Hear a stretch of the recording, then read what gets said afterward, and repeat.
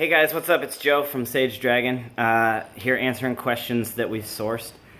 So today's question is, what do you do when plateaus happen? Okay, so when a plateau happens, what I do is I do an audit. That's the first thing I do. I sit down and I look at maybe I realize that this testing period to this testing period, nothing's changed, and that's what's indicating to me that a plateau is occurring in the first place, right? So that's bringing my awareness to the problem. So I'm immediately going to do an audit. So hopefully you have a workout log of what you've been doing, or you have a system in place so you can look at the system backwards, something you've been following, like maybe somebody else's program or your program that you wrote in advance. And so what we do with that is we take an audit of it, because we need to look at what we've been doing too much of. What do I mean by that? Sometimes we need a lot of different things, and a lot of different things. A lot of fitness balance is not like 50% here, 50% here. It's more like you got 9 plates and you're spinning them on sticks, and you got to make sure they all keep spinning. So you're watching that one kind of slow down, but you're getting this one up to speed, and you're coming back over here to. So that's kind of what fitness balance really is. Because maybe your mobility is shit. Maybe that's why you're starting to see issues. You're not actually driving through the full range of motion because you're starting to get a little locked up in the deep joint or something, whatever it is. Maybe you are losing your muscle fill is not, maybe your fascia is starting to tighten up and bind, and you're starting to create that natural kind of old guy strength, fascial tension based strength, but the actual volume of the muscle is squeezing out. It's not holding as much muscle fill as it was. That's gonna transfer into power generation. We're not gonna, because we don't have as much electricity and stimuli running through the muscle system that creates that drive in the first place. So I look at my system when I'm plateauing, and I look and see how many concentric, eccentric, kind of high weight, low rep volume days have I been doing, in contrast to my low weight, high volume days, because some days I need a strength response programmed into a muscle system, and then some days I need a hypertrophic response programmed into a system, and then I need to make sure that I'm also getting enough explosive training in kind of anaerobic CrossFitter style explosive muscle fill type of response into my training as well. So I'm going to use push-ups and chest progression and bench press strength as an example. Maybe I realize I've been doing a lot of unassisted, as much weight as I can handle unassisted type lifting, 5x5s or or 1 to 5 pyramids or something at approximately 75 to 85% of my 1RM. And I haven't done bodybuilders in a while. Bodybuilders are a 2 push-up burpee with a jump through. That's a move that I used that I learned in the service. And those always have a great explosive response, both because the eccentric phase is really kind of violent. You're coming down from this jumped position into a hard transition, because to really start to get the movement pattern of bodybuilders down, you kind of have to.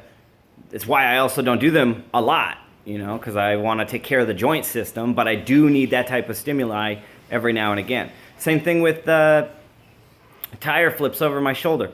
They really kind of tear my joints up, so I only do them about once a month. But when I do them, I make them count, type of thing.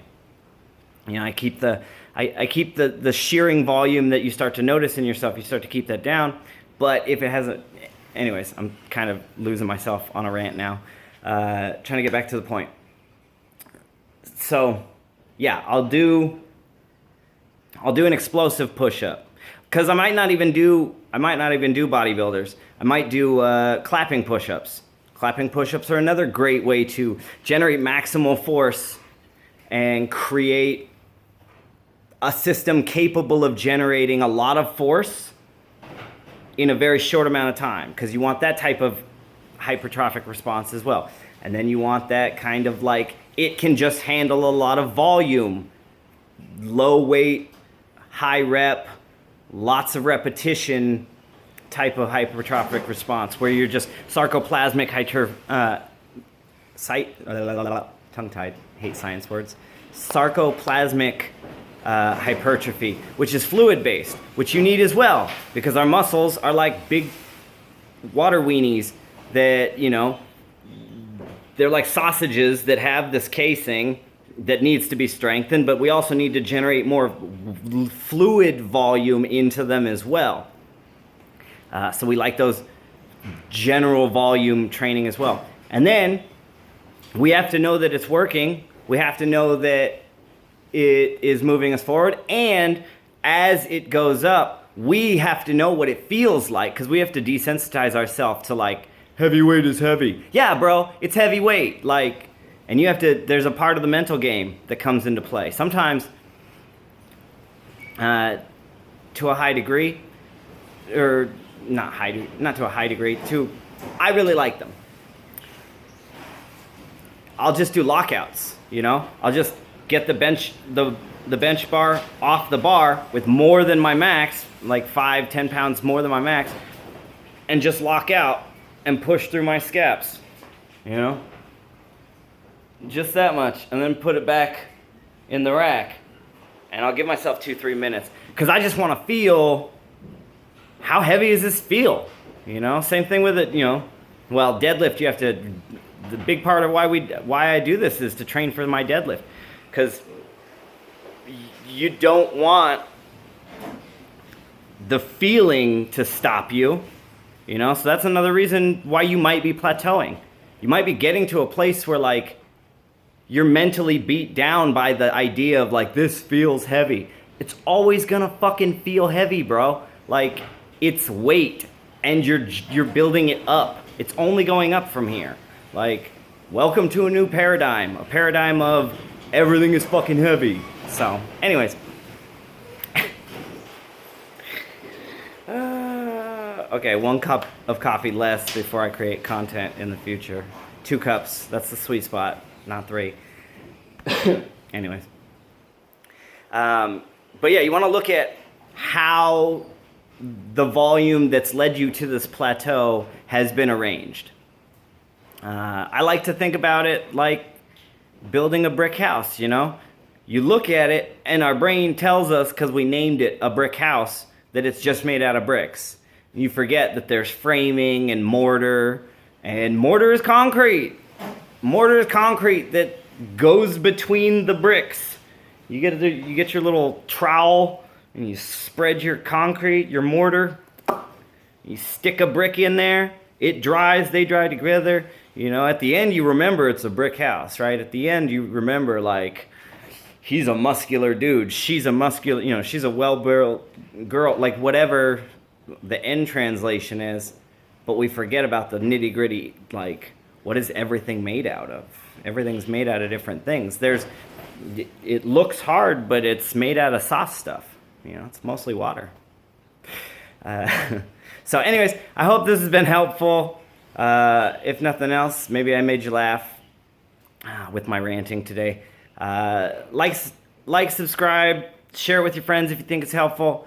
We really appreciate your support here at Sage Dragon. You guys have a great day. Peace.